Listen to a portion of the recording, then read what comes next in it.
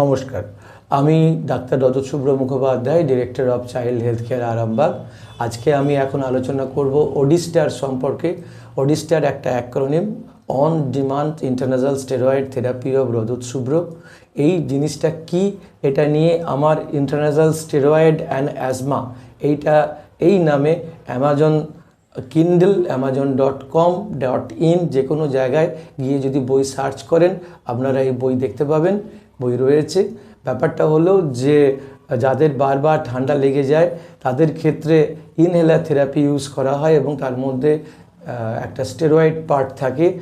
এবং আমার যেটা মডিফিকেশন সেটা হলো ইন্ট্রানাসাল স্টেরয়েডটা অ্যাজমার ক্ষেত্রে ইউজ করা, এবং সেটাও আবার কন্টিনিউয়াস প্রসেসে নয়, অন ডিমান্ড বেসিসে। তাতে কি হয়, স্টেরয়েডের খরচাটা কমে যায় এবং স্টেরয়েডের যদি কোনো দূরবর্তী একটা চান্স থেকেও থাকে যে লং টার্ম ইউজের জন্য কোনো সাইড এফেক্টের, সেই সাইড এফেক্টের জায়গাটাও কমে যায়। এবং এটা অনেক ইজি, এটা ইন্টারন্যাশনাল একটা স্টেরয়েড দেওয়া আর একটা ইনহেলার একটা বাচ্চাকে দেওয়া, তার জন্য একটা স্পেসার লাগে, তার থেকে এটা অনেক ইজি টু ডেলিভার।